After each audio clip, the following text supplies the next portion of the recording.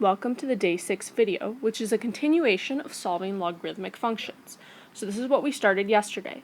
Yesterday you had a log equation that you switched into exponential form, and then you solved. Today we're going to continue on with that. So first thing that I want to talk about is the property of equality for logs. This says log base b of x equals log base b of y if and only if x equals y. So what I want you to notice is that we have the same base on both sides. Okay, now two logs are equal only when the arguments are equal, but notice that the bases do have to be equal. So that's what you're going to be checking for today. Are my bases always equal? So for example, log base 5 of x equals log base 5 of 8, then x equals, well, I have the same base on both sides, log base 5, therefore my arguments are equal, so 8 equals x. Now of course it's going to get a little bit more difficult. So let's just jump into an example. Example number 1, I have log base 2 of x squared minus 4 equals log base 2 of 3x. Now I notice I have the same base on both sides, log base 2. Therefore, my arguments are equal, so I get x squared minus 4 equals 3x. Now, subtracting 3x, I get x squared minus 4 minus 3x equals 0.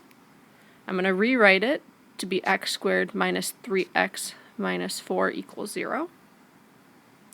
Okay, now you know this is a quadratic, so hopefully you remember that to solve quadratics back in chapter 5, the first thing that we want to try is factoring. Now, are there two numbers that multiply to negative 4 and that add to negative 3? Well, that's negative 4 and positive 1. So this becomes x minus 4, x plus 1 equals 0. Again, negative 4 times 1 gives us negative 4. Negative 4 add 1 gives us negative 3.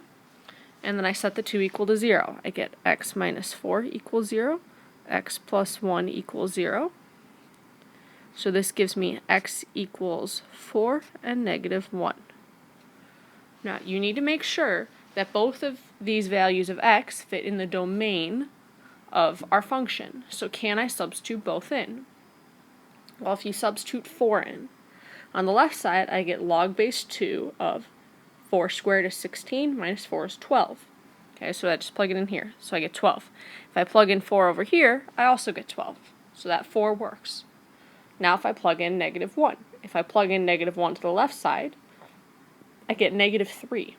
And on the right side I also get negative 3. Now we've talked about you can't take logs of negative numbers, so that negative 1 does not work. All we get is x equals 4. So it's extremely important that you check your answer, that you plug it back in and make sure that it still makes the function true. Okay, so example number 2. We're going to notice we have log base 2 on both sides. So we're going to set our arguments equal again. So I get x squared minus 15 equals 2x. Now if I subtract that 2x over, I get x squared minus 2x minus 15 equals 0. And then we need to factor this. Now, what numbers multiply to negative 15 and add to be negative 2? That's negative 5 and positive 3. So I get x minus 5 and x plus 3. I set both equal to 0. Again, that's called the zero product property, if you remember that from algebra and from earlier this year. If I have two quantities that multiply to 0, at least one of those quantities has to be 0. So this gives me x equals 5 and x equals negative 3. Okay, now we need to substitute back in and check. So let's check x equals 5. I get 5 squared, which is 25, minus 15 is 10. So I get log base 2 of 10 equals log base 2 of 10, so that checks out. Now if I substitute in negative 3, I get log base 2 of negative 3 squared is 9. 9 minus 15 is negative 8. Okay, and then I'm also, negative 6.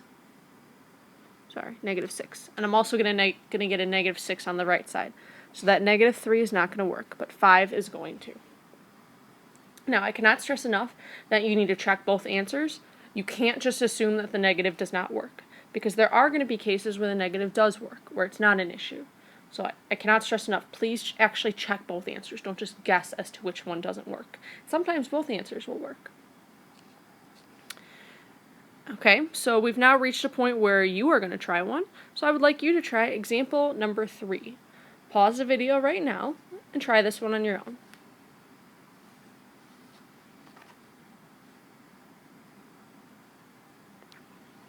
Okay, let's see how we did. Now I want you to notice my bases are the same on both sides, so I can set the arguments equal. Now that's not always going to be the case, so you really need to make sure that you check that the bases are equal. Don't just start setting things equal to each other. Now subtracting that 4x, I get x squared minus 4x minus 10 equals 0. Okay, now I'm looking for two numbers that multiply to negative 10 and add to be negative 4. Well, 10 is 1 times 10 and 2 times 5. So neither of those work. So what that tells us is this is not factorable. This is prime.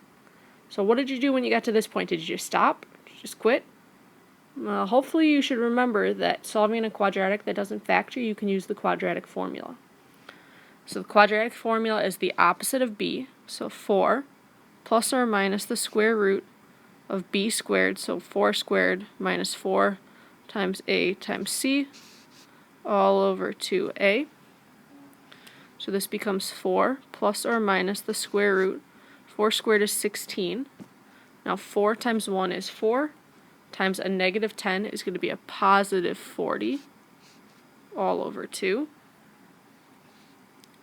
So this becomes 4 plus or minus the square root of 56, all over 2. I'm going to need to simplify that square root of 56.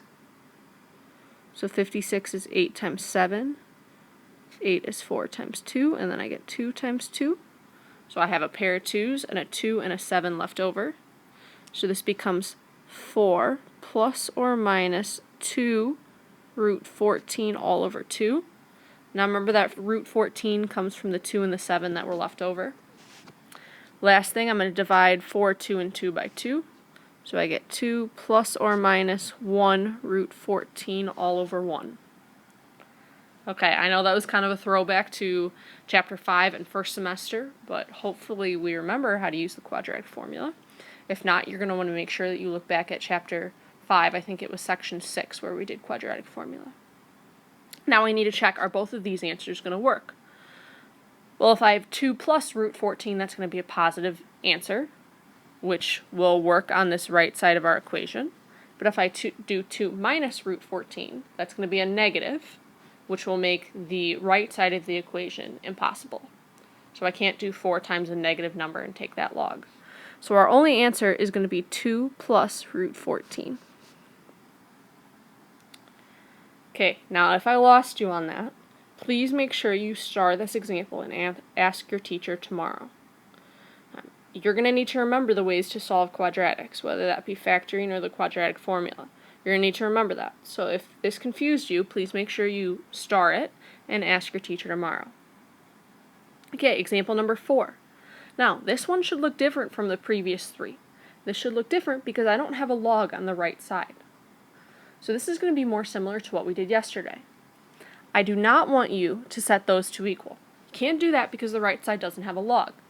Now if I can't do that, I'm going to try to switch to exponential form.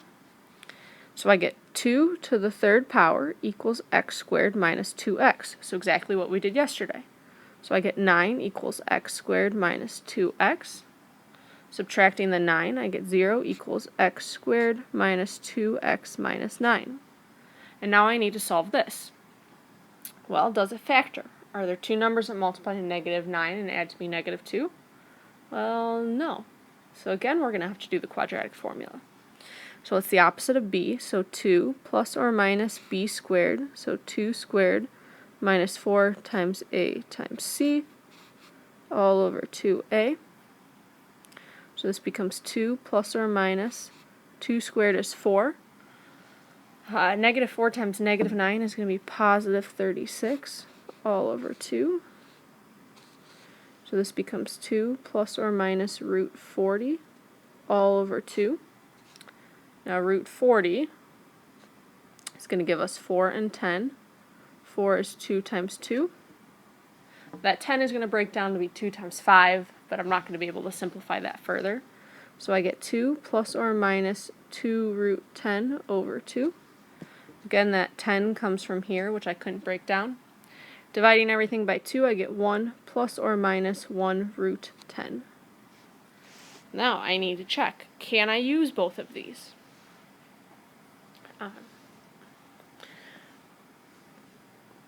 What is going to end up happening is they both end up working. In the previous equations, we had an issue with the negative because of the right side of the equation. So in the previous examples, we had this 3x. Here, follow me in green. From example 1, we had 3x. From example 2, we had 2x. Here we had 4x. So when I multiplied all those numbers by a negative, I got a negative argument, which was the issue. I don't have that issue in example number 4, so both answers work.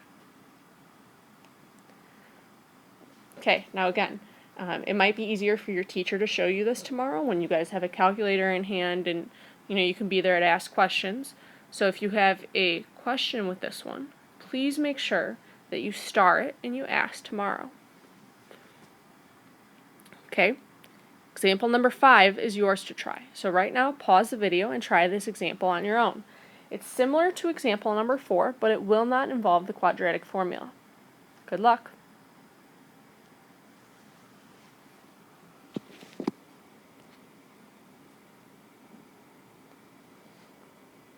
Okay, now this is similar to example 4 because you don't have a log on the right side. So I can't just set my argument equal to 2. That doesn't work because there's no log on the right side. So instead I need to switch this to exponential. I get 4 squared equals x squared minus 6x. So I get 16 equals x squared minus 6x. Moving the 16 over, I get x squared minus 6x minus 16. And now I need to factor this. Well, what number is multiplied in negative 16 and adds me negative 6? Hopefully you remember that's negative 8 and positive 2. So I get x minus 8 and x plus 2 equals 0. Setting both equal to 0, I get x equals 8 and x equals negative 2. Now let's substitute these in and make sure that they work. X equals 8.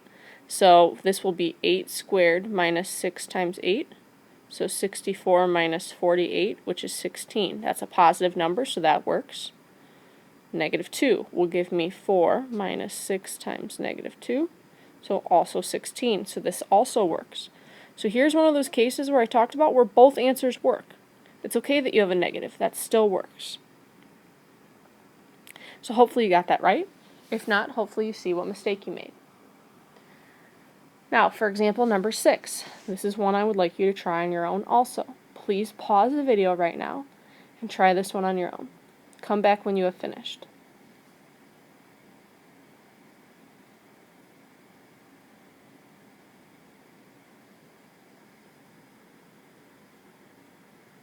Okay, let's see how we did. Now, for example 6, we're back to those examples where we have a log on both sides.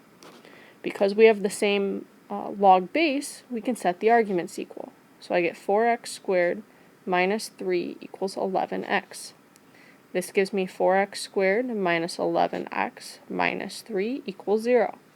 Now at this point, did you know what to do? Hopefully, we remember that when solving a quadratic, we need to try to factor first. So this is going to be a split the middle. We do 4 times negative 3 and we get negative 12. So you're looking for two numbers that multiply to negative 12 and add to be negative 11. Okay, so negative 12 is going to be 12 and 1, I think. So this will give us 4x squared and a negative 3.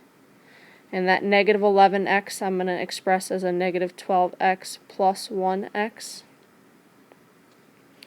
Now this is where you put a line down the middle. On the left side, I factor out a 4x, and I'm left with x minus 3. On the right side, I factor out a 1, and I'm left with x minus 3. So x minus 3 becomes our first factor. Everything that's outside, so the 4x plus 1, becomes the second factor. Setting both equal to 0, this will give me x equals 3, and x equals negative 1/4.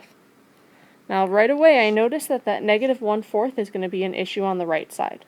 11 times a negative number is going to be negative. You can't take the argument of a negative number in a log, so we just get x equals positive 3. Okay, so again, this what we did today was a lot of throwback to Chapter 5 with factoring and quadratic formula.